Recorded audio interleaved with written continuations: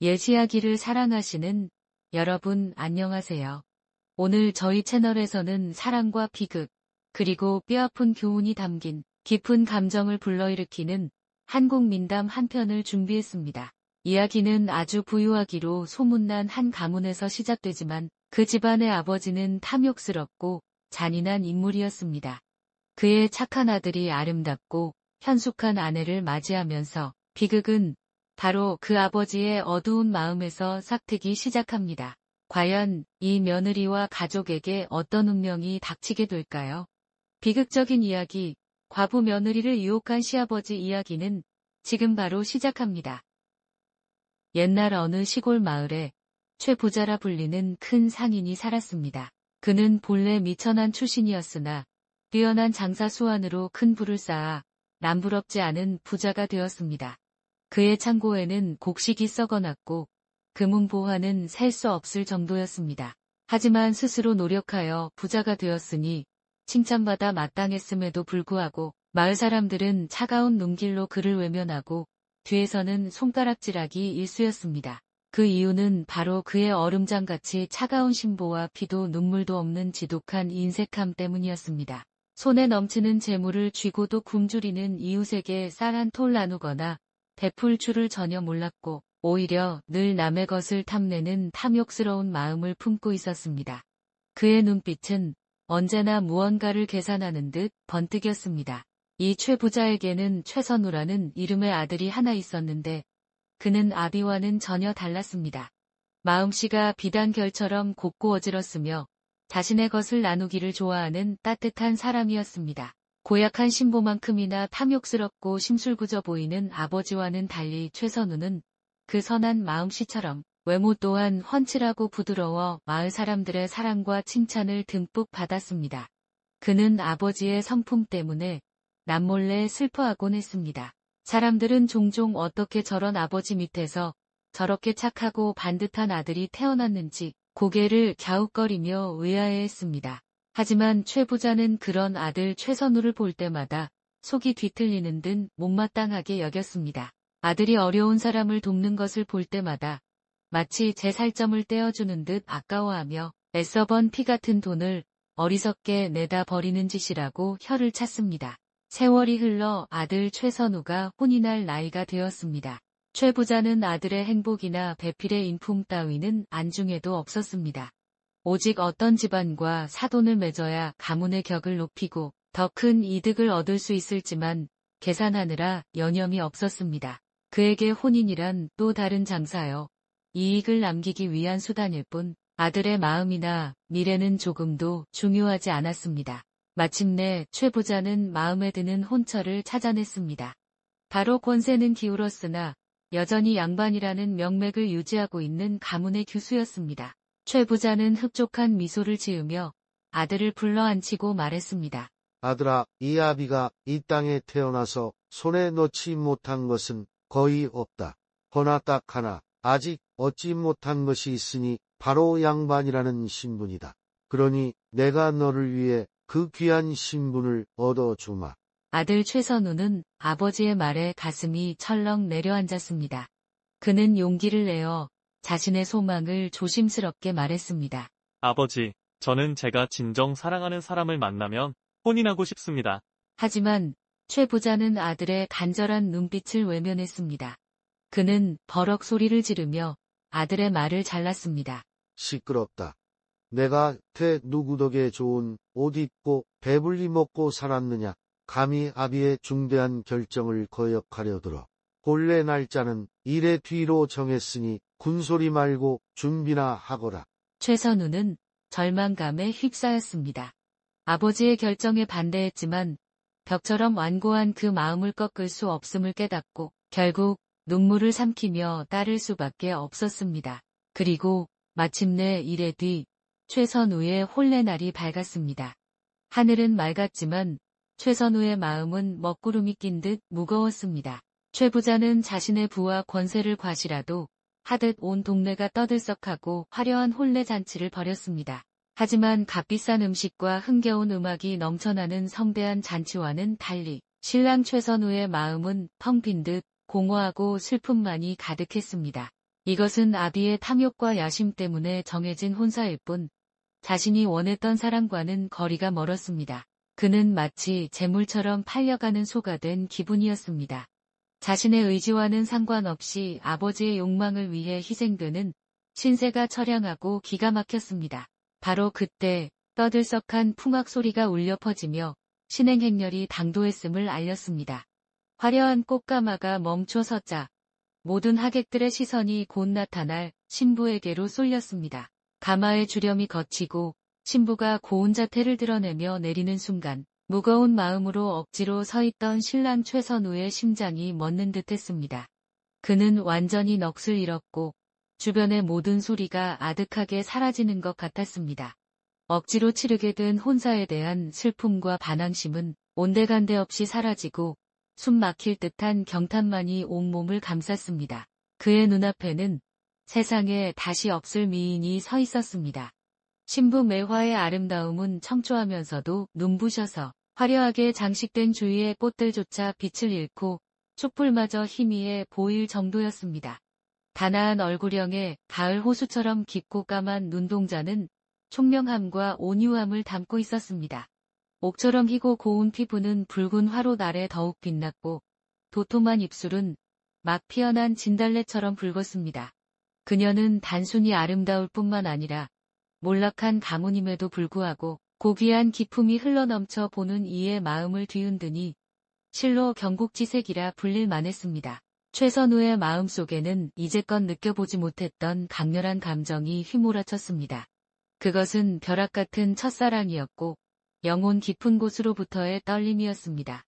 마치 아주 오랫동안 이 순간을 기다려온 듯한 기분이었습니다. 억지로 지으려 했던 어색한 미소는 간데없고 마음 깊은 곳에서 우러나오는 진실하고 환한 미소가 그의 얼굴에 피어났습니다. 그날 처음으로 그는 기쁨과 희망을 느꼈습니다. 그는 신부를 향해 발걸음을 옮겼고 시선을 떼지 않은 채 완전히 새로운 마음으로 이 혼례를 받아들일 준비가 되었습니다. 최선우와 아름다운 신부 매화는 놀랍도록 달콤하고 행복한 신혼생활을 시작했습니다. 비록 혼례식 날 처음 만났지만 운명은 이미 그들을 단단히 묶어놓은 듯했습니다. 첫눈에 싹튼 사랑은 금세 깊어졌고 두 사람은 영혼의 깊은 교감을 나누었습니다. 마치 오래전부터 알고 지낸 사이처럼 서로를 지극한 다정함과 진심으로 아끼고 보살폈습니다. 최선우에게 매화는 아버지로부터의 압박으로 어둡기만 했던 삶의 호련히 피어난 청초한 연꽃과 같았습니다. 매화에게 최선우는 몰락한 집안 형편 때문에 막막하기만 했던 미래를 비추는 따스한 햇살과 같았습니다. 그들은 서로에게서 부족함을 채우고 위안을 얻었으며 힘을 얻었습니다. 서로 주고받는 모든 눈빛과 작은 몸짓에는 불타는 사랑이 가득했습니다. 그들의 삶은 밤낮 없이 웃음과 온기로 넘쳐 흘렀습니다. 하지만 이 젊은 부부의 더없이 행복한 모습 뒤에는 복잡하고 괴로운 심정으로 그들을 지켜보는 시선이 있었습니다. 다름 아닌 최선우의 아버지, 최 부자였습니다. 그는 본래 이 혼사를 신분 상승을 위한 계략이자 양반 가문과 연을 맺기 위한 거래로만 여겼습니다. 며느리의 외모나 성품 따위는 전혀 고려하지 않았고 그저 양반 가문의 며느리라는 명분만이 중요했습니다. 그랬기에 아들과 마찬가지로 최 부자 역시 혼례식장에서야 며느리 매화의 얼굴을 처음 보게 된 것이었습니다. 처음에는 그저 자신의 목적 달성에 도움이 될 물건을 감매기듯 평가하는 시선으로 그녀를 보았습니다. 그러나 매화의 눈부신 아름다움과 고아한 기품이 그의 눈에 들어온 순간 셈과 계산으로 가득 찼던 최 부자의 늙은 심장 또한 예기치 않게 뛰기 시작했습니다. 그는 잠시 할 말을 잃었고 이내 어둡고 부적절한 소유욕이 마음속에서 꿈틀거리기 시작했습니다. 그 역시 며느리의 아름다움에 첫눈에 매료되었지만 그것은 아들의 순수한 사랑과는 전혀 다른 탐욕스럽고 이기적인 집착이었습니다. 최 부자는 밤낮으로 자신의 어리석은 결정을 후회했습니다. 그의 마음속에는 검은 욕망이 자라났습니다. 저리고 온 아이인 줄 알았다면 며느리가 아니라 내 여자로 삼았어야 했는데. 그는 그릇된 후회와 욕망 때문에 밤잠을 설치는 날이 많아졌습니다. 어느 날 밤 들끓는 속을 달래려 잠시 문 밖으로 나섰다가 어디선가 이상한 소리를 들었습니다. 이 밤중에 대체 무슨 소리란 말인가? 소리가 나는 곳을 조심스럽게 따라가 보니 바로 아들 부부의 신방 앞이었습니다. 최 부자가 들은 소리는 두 사람이 정답게 사랑을 나누는 소리였습니다. 최 부자는 순간 당황하여 황급히 발길을 돌리려 했지만 차마 발걸음이 떨어지지 않았습니다. 멀어질수록 음흉한 궁금증은 더욱 커져만 갔습니다. 그는 결국 검은 호기심을 이기지 못하고 어둠 속에 몸을 숨긴 채 문틈으로 방 안을 몰래 훔쳐보고 말았습니다. 방 안에서는 아들 부부가 서로를 애틋하게 끌어안고 깊은 사랑을 나누고 있었습니다. 그리고 아들의 품에 안겨 수줍은 듯 미소 짓는 며느리의 모습은 그의 눈을 멀게 할 만큼 실로 눈부셨습니다. 옥처럼 희고 부드러운 살결과 풍만한 몸매는 하늘에서 내려온 선녀처럼 관능적이면서도 청초했습니다. 최 부자는 다시금 탐욕스러운 생각에 사로잡혔습니다. 본래 저 아이를 품는 것은 나였어야 하거늘. 그러던 어느 날 여느 때처럼 평온한 아침을 맞이하던 최선우 부부에게 갑자기 하인 하나가 숨을 헐떡이며 뛰어들어왔습니다. 큰일 났습니다. 외국에서 돌아오던 저희 상선이 큰 풍랑을 만나 그만 침몰했다고 합니다. 그 청천벽력 같은 소식을 들은 최선우는 집안의 가장으로서 즉시 이를 수습하기 위해 길을 떠날 채비를 했습니다. 그는 사랑하는 아내에게 다가가 애틋한 눈빛으로 말했습니다. 부인, 너무 염려 말고 잠시만 기다려주시오. 내가 이 일을 빨리 마무리하고 무사히 돌아오겠소. 오랜 시간이 흘렀지만 남편 최선우에게서는 아무런 소식도 들려오지 않았습니다. 사람들은 그가 이미 바다에서 목숨을 잃었을 것이라 수군거렸고 집안의 분위기는 점점 무겁게 가라앉았습니다. 매화의 얼굴에도 수심이 깊어졌습니다. 남편의 빈자리를 대신하여 매화가 슬픔을 누르고 집안의 상업을 도맡아 처리하기 시작했습니다. 몰락한 양반 가문 출신이었지만 어릴 적 배운 지식과 타고난 총명함으로 남편의 일을 훌륭하게 해냈습니다. 시간이 지나며 매화는 점차 일에 익숙해졌지만 마음 한구석의 슬픔과 불안감은 가시지 않았습니다. 어느덧 고된 하루 일과를 마치고 지친 몸으로 집으로 돌아왔습니다. 마침 마당을 서성이던 최 부자가 그런 며느리에게 다가와 짐짓 다정한 척 말을 건넸습니다. 아가, 이제 마음을 좀 추스른 모양이로구나. 매화는 시아버지의 의도를 알지 못한 채 예를 갖추며 공손히 답했습니다. 네, 아버님, 그동안 심려를 끼쳐드려 송구합니다. 아니다. 내가 이렇게 기운을 차린 것을 보니 내 마음도 놓이는구나. 매화는 시아버지에게 인사를 하고 자신의 방으로 향했습니다. 방으로 돌아온 그녀는 몰려오는 피로와 슬픔에 잠자리에 들 준비를 했습니다. 바로 그때 누군가 매화의 방문을 조심스럽게 두드렸습니다. 불길한 예감이 그녀의 등골을 스쳤습니다. 방문 밖에 누구신지 여쭤봐도 되겠습니까? 아가, 나다. 내게 급히 할 말이 있어 찾아왔다. 매화는 떨리는 마음을 애써 진정시키며 문을 열어 최 부자를 맞았습니다. 아버님, 이 밤중에 무슨 기난 일이시옵니까? 최 부자는 방 안으로 성큼 들어와 문을 닫고 자리에 앉더니 걱정하는 척 말했습니다. 내 아들이 하던 일이 사내에게도 벅찬 일인데 참으로 힘들겠구나. 이런 그럭저럭 할 만은 한 것이냐? 여인의 몸으로는 쉽지 않은 일입니다만 즐겁게 하고 있습니다. 내 아들을 대신해 애쓰는 내가 참으로 기특하다. 그런데 아가, 너는 어찌하여 내 본분을 다하지 않고 있는 것이냐? 매화는 시아버지의 갑작스러운 질책에 당황하며 물었습니다. 제 본분이라 하심은 무슨 말씀을 하시는 것이옵니까? 최 부자는 번들거리는 눈빛으로 음흉한 미소를 지으며 대답했습니다. 내가 이 집에 시집 온 것은 가문의 대를 잇기 위함이 아니더냐. 허나 어찌하여 아직 소식이 없는 것이냐? 매화는 그의 속셈을 알아차리고 불쾌감과 두려움을 느꼈지만 애써 침착함을 유지하며 말했습니다. 서방님께서 돌아오지 않으시는데 제가 어찌 아이를 가질 수 있겠습니까? 최 부자가 몸을 앞으로 기울이며 나직하고 위협적인 목소리로 속삭였습니다. 그의 눈빛은 탐욕으로 가득 차 있었습니다. 서방이 없다면 이 아비의 도움을 받아 대를 잇는 방법도 있지 않겠느냐. 그 말과 함께 최 부자는 불쑥 매화의 어깨에 손을 얹었습니다.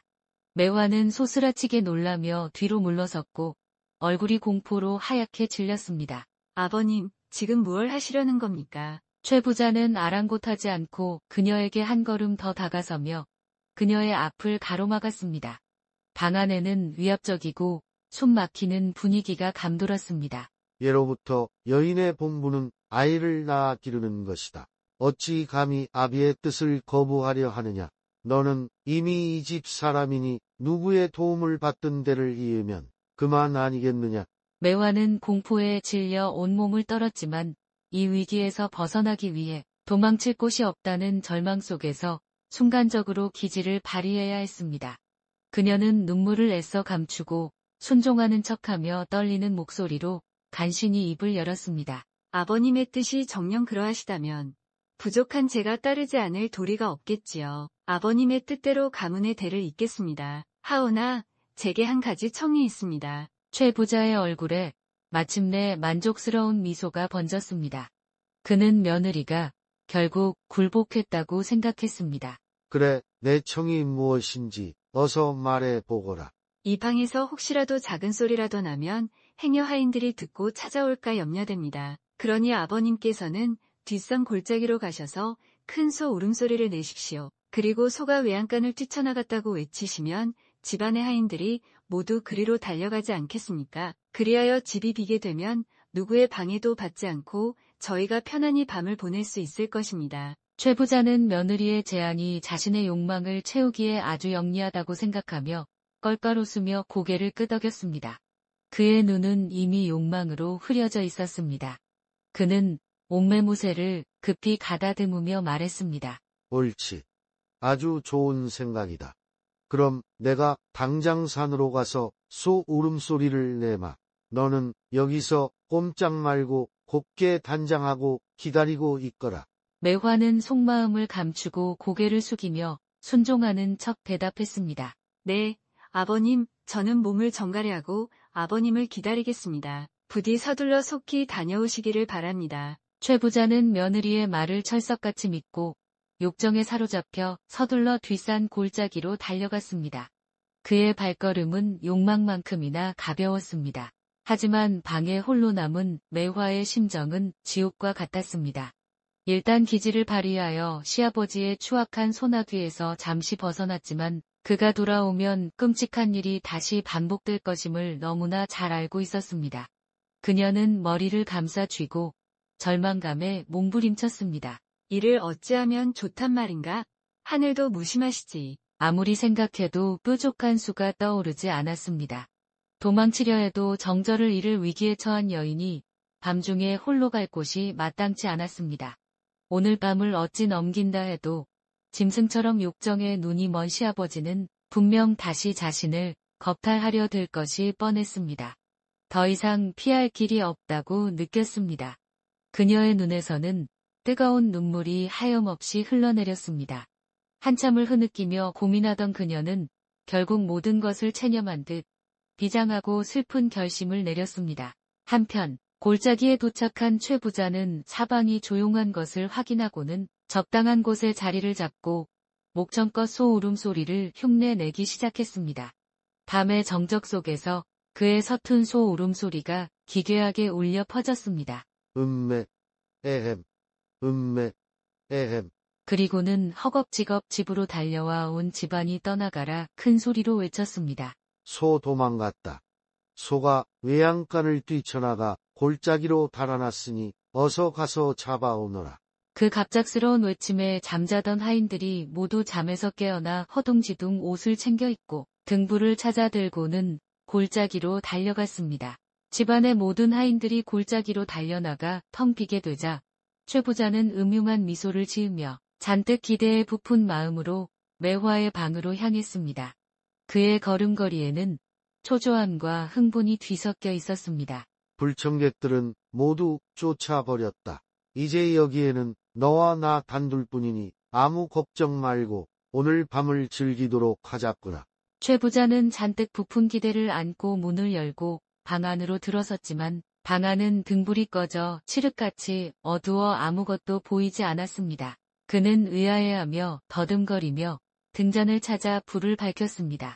바로 그 순간 등잔불 아래 드러난 광경에 최 부자는 온몸이 얼어붙는 듯한 공포에 휩싸여 비명을 지르고 말았습니다. 그의 눈앞에는 입가에 붉은 피를 흘리며 싸늘하게 죽어있는 며느리 매화가 누워 있었습니다.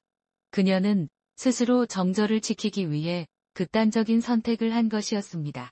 최 부자는 믿을 수 없는 광경에 경악하여 황급히 매화의 몸을 흔들며 깨우려 했지만 그녀는 이미 싸늘하게 식어 숨을 거둔 뒤였습니다. 그의 손에는 며느리의 차가운 온기만이 남았습니다. 바로 그때 골짜기에 갔던 하인들이 소가 멀쩡한 것을 확인하고 이상함을 느끼며 집으로 돌아왔습니다. 그리고 그들은 방문 앞에서 넋이 나간 채 주저앉아 있는 최 부자와 방 안의 끔찍한 광경을 목격하고 말았습니다. 하인들은 서로 눈빛을 교환하며 경악과 분노 속에서 수군거리기 시작했습니다. 주인 어른께서 소가 도망쳤다 하시기에 외양간에 가보았더니 소는 멀쩡하더이다. 이상하다 여겼는데 필시 젊은 마님을 해치려고 거짓 소동을 벌이신 것이 틀림없구나. 평소에도 인색하고 포악하여 인심을 잃었던 최 부자였기에 그가 며느리 매화를 죽였다는 소문은 마치 마른 들판에 불 붙듯 순식간에 온 마을로 퍼져나갔습니다. 사람들은 그의 악행에 치를 떨었습니다. 그리고 그 흉흉한 소문은 마침내 고을을 다스리는 원님의 귀에까지 들어가게 되었습니다. 원님은 대노하여 당장 관조를 보내 최 부자를 잡아들이도록 엄히 명했습니다. 관아 마당에 끌려와 무릎 꿇린 최 부자에게 원님이 불호령을 내렸습니다. 이런 천인공노할 고약한 놈 같으니 내가 정녕 내 며느리를 죽였단 말이냐? 최 부자는 죽은 며느리의 모습과 싸늘한 시선들이 떠올라 온몸을 떨며 억울하다는 듯이 외쳤습니다. 아닙니다. 사또 소인이 어찌 감히 제 며느리를 해할 수 있겠습니까? 원님이 더욱 날카로운 눈빛으로 그를 쏘아보며 다시 물었습니다. 그렇다면 어찌하여 그 늦은 시각에 소가 도망쳤다고 거짓말을 하여 소란을 피웠느냐? 최 부자는 원님의 추궁에 아무 말도 할 수 없었습니다.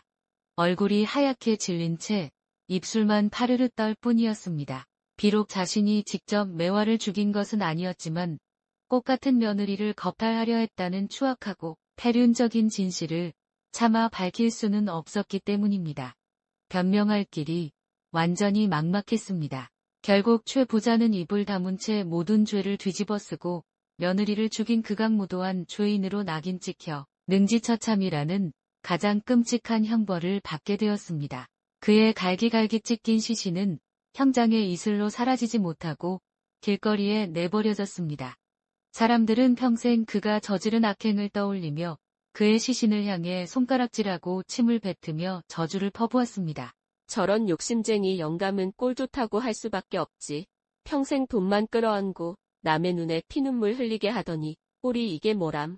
평소 사람들에게 한없이 인색하게 굴고 끊임없이 남의 것을 탐했던 탓에 그의 끔찍한 시신을 거두어주는 사람은 아무도 없었습니다.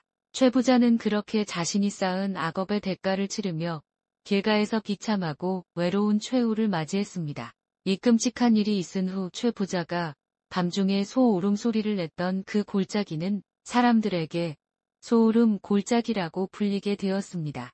그리고 최 부자의 끝없는 탐욕과 추악한 행실은 천년이 지나도 잊히지 않고 오늘날까지 사람들에게 경고처럼 회자되고 있으며 비록 슬픈 선택이었지만 끝까지 정절을 지키려 했던 어여쁜 며느리 매화의 이야기도 함께 전해져 내려오고 있습니다. 네, 이렇게 며느리 매화의 비극적인 이야기와 최 부자가 받은 마땅한 처벌로 이야기는 끝을 맺습니다. 아름다운 그녀의 삶은 안타깝지만 그 순결함은 영원히 귀감이 될 것입니다. 이 이야기는 끝없는 탐욕과 비열한 욕망이 얼마나 위험한지, 그리고 그것이 모든 것을 어떻게 파괴할 수 있는지를 강력하게 경고하고 있습니다. 오늘 이야기 들어주셔서 감사합니다. 슬픈 이야기였지만 우리에게 깊은 생각을 남겨주었기를 바랍니다. 다음 이야기에서 다시 뵙겠습니다.